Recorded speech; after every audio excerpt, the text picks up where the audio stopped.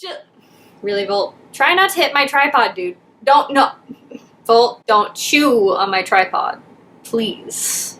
I know, the little weird hook thingy, I don't know what it's for either, and I know that it's made of plastic, and it's tempting to chew, but I don't recommend it. It's a sketchy business when you have your dog laying at your feet and you're trying to film. But he's also big, so he doesn't fit across your feet, and he is also lying under your tripod, so that's great. But anyways.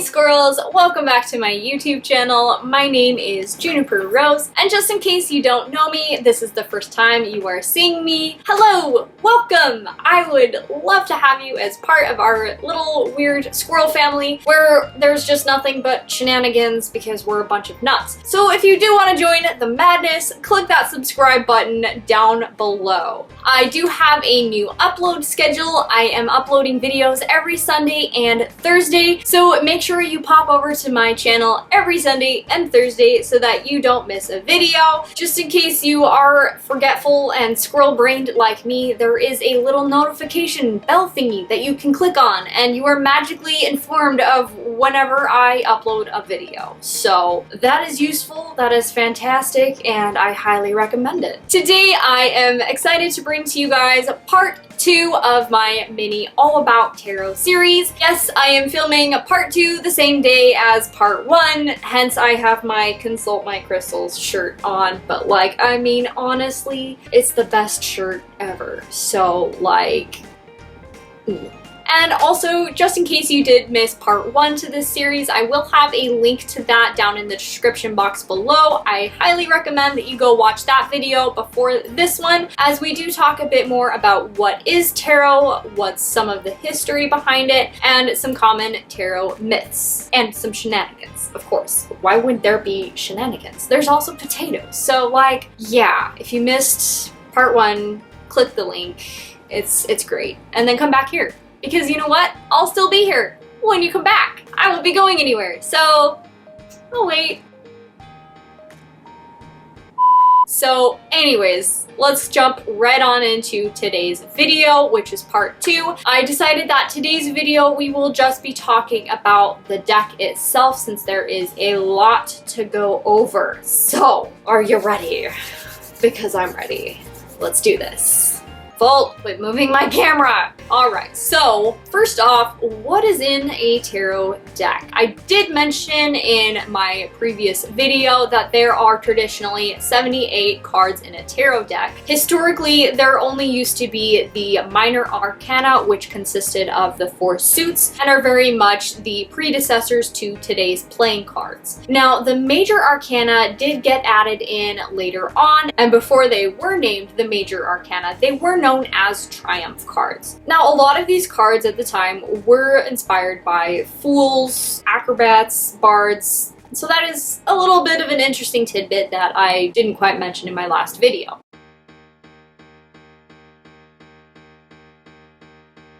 Any tarot deck that you come across will consist of a total of 78 cards. You have 22 major arcana cards, and then there will be 56 minor arcana cards. So the 56 minor arcana cards are split up into 4 different suits, much like your regular deck of playing cards. The suits that you will typically see are going to be swords, wands, cups, and pentacles. Sometimes you may hear words used interchangeably. For swords, for example, you may see daggers or knives. For pentacles, you may also see that term interchangeably used with coins. And we will go a little bit more into detail about the different suits in the minor arcana in just a bit. Now, when you pick up a tarot deck, they're going to be a bit... Thanks, Volt. Now, when you pick up a tarot deck, you'll typically see that each card has a picture that is associated with the traditional meaning of that deck. The picture and sometimes even the meaning will vary just a little bit depending on which deck that you do pick up. As mentioned in part 1, there are several decks, like thousands of decks, that you can pick up. And honestly, like, there are a bunch of indie decks that are coming out that I've been following on Instagram. Can't wait to get my hands on any of those, but yeah, I love tarot. I don't know if you've noticed, but I love tarot. So before we talk about the minor arcana cards, I wanted to talk a bit about the major arcana cards because they're important. So the major arcana cards are probably going to be the most important cards in your deck. Now, oftentimes when you have a major arcana card come up in a reading, this is going to indicate or try to shed some light on something more major in your life, such as relationships or work issues or just major overall arcing themes in your life that it wants to bring your attention to. Now, this doesn't necessarily mean that you should just only focus on the major arcana card that you pull in your reading and forget about all of the other cards, because the other cards are also important and will also tie in with your reading. So make sure that you do pull back, look at the bigger picture, look at the reading as a whole, and see what the overall message is that the reading is giving you. Now, if you look at the major arcana cards, you'll notice that they kind of move around in a bit of a cycle, much like the cycle of life and death. So card 0 is going to be the Fool card. This typically represents new beginnings, naivety,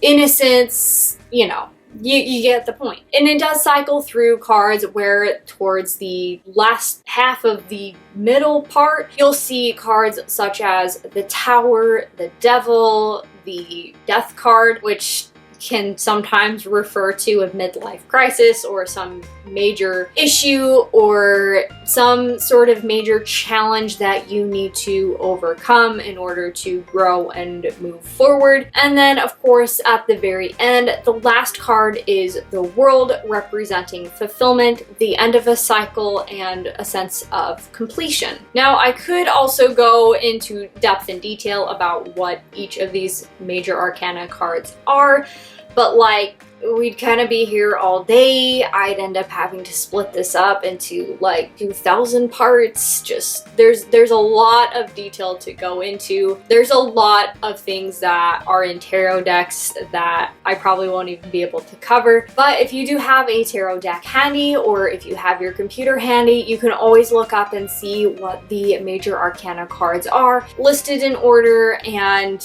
you can play around and look, or whatever it is that you want to do. I don't know. You could just decide to click on a random video about a potato. I don't blame you if you want to watch a video about a potato, because you already are. Now, moving on into the minor arcana cards. Your minor arcana cards, when pulled in a reading, are typically going to refer to everyday life situations. And as mentioned, don't. He's moving the camera. Sorry if my camera keeps moving. I have a dog at my feet and he's cute. He's comfy down there. He appears to be sleeping and I don't want to move him. He's not sleeping anymore. He knows I'm talking about him. Can you maybe perhaps not move my tripod? I really appreciate that. Thank you, buddy. Good listener. Good job. As mentioned before, the cards in the minor arcana deck are broken down into 4 suits, which we did mention, but we will go into a bit more detail about the overall theme of each suit, as well as what element that they correspond with. Now, each of these suits, much like a regular deck of playing cards, they do consist of cards that have a numerical value from 1 to 10, and then you also have your page, your knight, your queen, and your king. Now, the page, you've noticed, is something that is going to be unique to tarot cards, as your regular set of playing cards will not have that. They'll typically have the jack. I don't know why I felt the need to put that in quotations, but okay.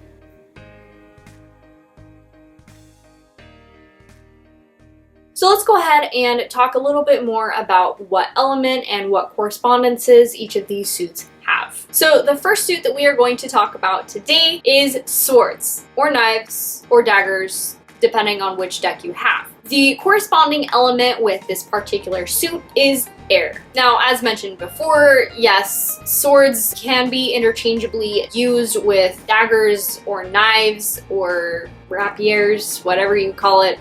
The point, haha, is that they're pointy. Like, there's a pointy end. You stick them with the pointy end. 10 points to Gryffindor for whoever got that reference. Please leave a comment down below. Sharp and pointy typically means pain and discomfort.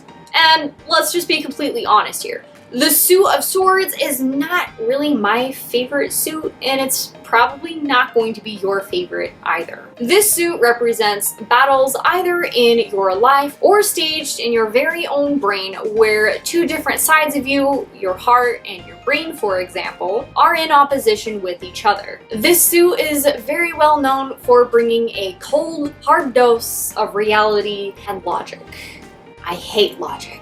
It makes too much sense. This suit also reminds us that our words hold power. And just like a sword, this power is meant to be wielded with care. This suit also represents seeing things from a bird's eye view. So pulling back as you would if you were a bird and looking at the big overall picture. This suit, you may find, will challenge your perceptions, your viewpoints, and your beliefs at times. It will bring to the surface some issues and things that need to be addressed and worked through. And as much as it sucks, I promise, it'll be worth it and you will be a better person for it. Hopefully. I don't know.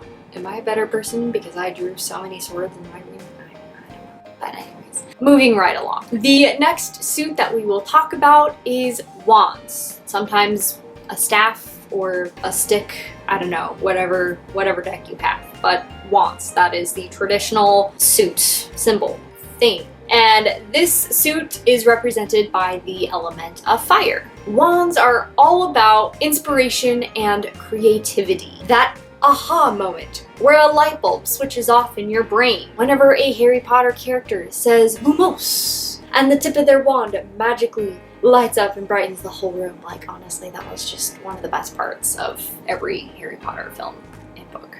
But anyways, creativity, like a fire, starts with a spark, igniting your mind and shedding light on new ideas and projects and thoughts, things. This suit also represents your true, authentic self, your sense of confidence, your sense of self-worth, your passion. It is the fire within you. This suit basically encourages you to let those sparks set your soul on fire, encourages you to find your passion and your true, authentic self, and I don't know, maybe start something new to shine bright like a diamond. I can't even sing that song, like I don't even know what the tune is, and I should. I'm too busy over here listening to the new of Monsters and Men album, okay? Okay, moving on. The next suit that we will be talking about is cups. Cups are associated with the element of water, and we all know that water is a symbol for our emotions.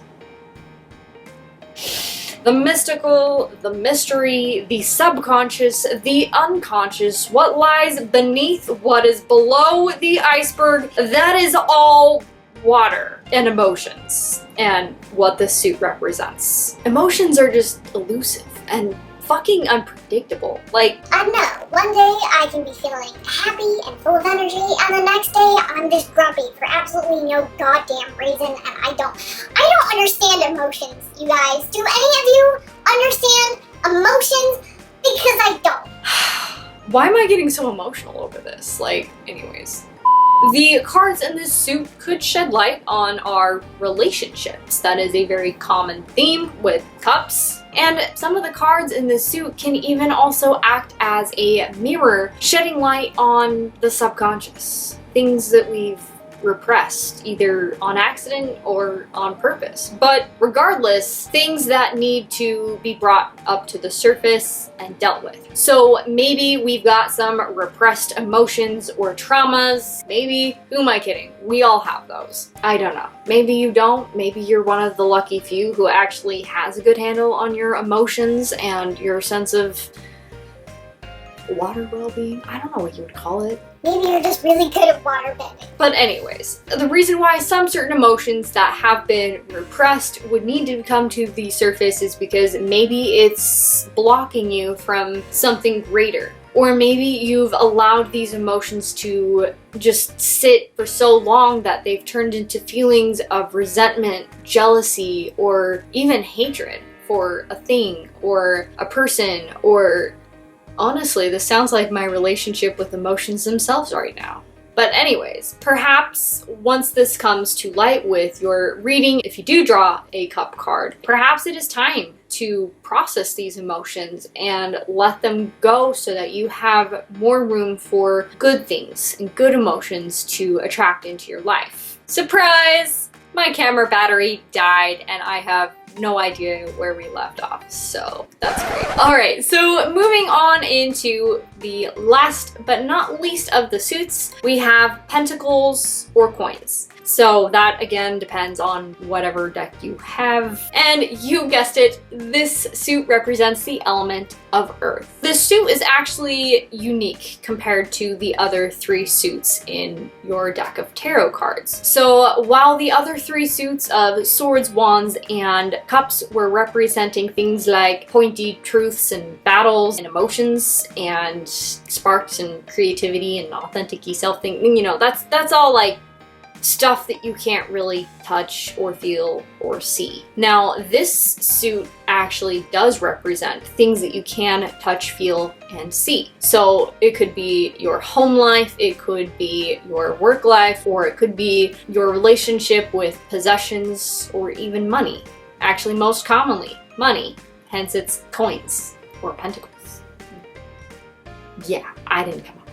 This suit also represents things such as abundance, prosperity, and fulfillment. So basically, long story short, this is a suit that represents things that are outside of your sense of self. So when you draw pentacles, sometimes these cards may be asking you to look at these relationships that you have with other people, maybe at home or at work, or your relationship with your possessions or money. Obviously. These cards may be reminding you that you do need to stay grounded and rooted. You need to have a sense of stability. Maybe you don't have a stable home life right now, or maybe you are struggling with money. And maybe these cards are bringing to light that, yes, that is a struggle, but there is indeed something you can do about it. It may not be today, it may not be tomorrow, it may not even be until 5 years down the line, but there are things you can do about it to improve your relationship with money and finances, for example. So, you know, just take a look and see what the circumstances are in your life. Again, I always recommend looking at the bigger picture. And these cards may also be an indication of abundance, fulfillment, and money that you may come into in the future, should you choose to pursue a particular career path or whatever it is. Like, again, there are numerous questions that you can ask that tarot cards can answer or shed light on for you. Now, just remember that the meanings and interpretations that I gave you for each of these suits are basic interpretations that are commonly known for these particular suits. And every single deck that you get, each card, each suit may have a slightly different meaning depending on what the author interprets them as when they created their deck, and that is something to take into consideration. But the biggest thing that you do want to take into consideration are your own thoughts and feelings when you are doing a reading. So I always recommend that, you know, you take the actual meaning of the card that's given to you in your booklet, or just the general meaning of the card, with a grain of salt, because maybe the message is something a little different for you in your particular circumstance in your reading. Maybe you find the meaning for the card while looking and gazing upon the picture. Take into consideration any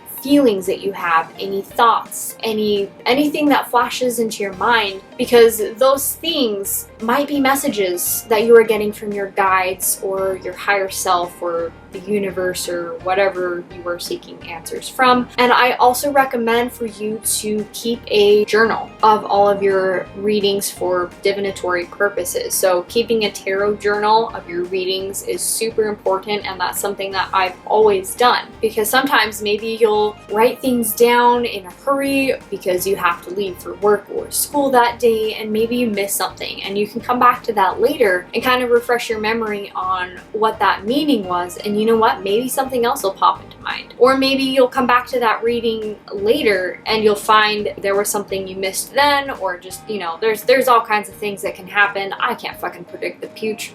future. I can't fucking predict the future, so you know, it's all up to you. This video is just basically guidelines on how to read and interpret tarot, and I really hope that it helps you out with your tarot journey, especially if you are just starting out. So if you have played around with tarot for a little bit or a lot bit, maybe more than me, and you're probably watching this video going, Jennifer Rose, what the fuck are you talking about? You have no idea what you're talking about. I've been reading tarot cards for 20 years. Basically, that is all that I have for you guys in today's video. I really hope that you enjoyed it and found it helpful. If you have picked up a tarot deck before, or you are familiar with tarot cards, or you know, maybe you just look one up online, what's your favorite tarot card? Let me know in the comments down below. I'd love to hear all about that. And just as a reminder, I am uploading videos every Sunday and Thursday now, so be sure to click your notifications so that you never miss a video, because I now have 2 videos a week. I am prepared for this shit for once in my life, and I'm just so excited for everything that we've got going on here in the future, because I actually have an idea of what's going on in the future with my channel instead of just a bunch of disorganized little thoughts floating around my brain. Like a squirrel. Speaking of which, if you haven't already subscribed to my channel, but you would like to join my crazy little squirrely family here, click the subscribe button and join in on the shenanigans. That's all that I have for you guys today, and stay tuned for part 3, which will be coming out on, what day is today supposed to be? Thursday. So today is Thursday when you are seeing this, so part 3 will be coming out on Sunday. I'm still not very good at thinking that far in advance, even though I've planned that far in advance. Anyways, stay tuned for part 3, which will be coming out on Sunday, and until next time, the switch is out. Bye!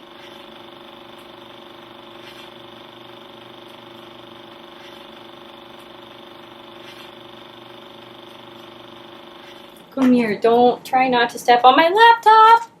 I swear, dog, you will sit on literally anything if it just means being close to me. Yes, you will. What are you up to? What are you doing? What are you doing? Yeah. Vote. I have your paw. I have your paw. Okay. So yeah, that is basically all that it is. All that it is. Wow. After a uncomfortable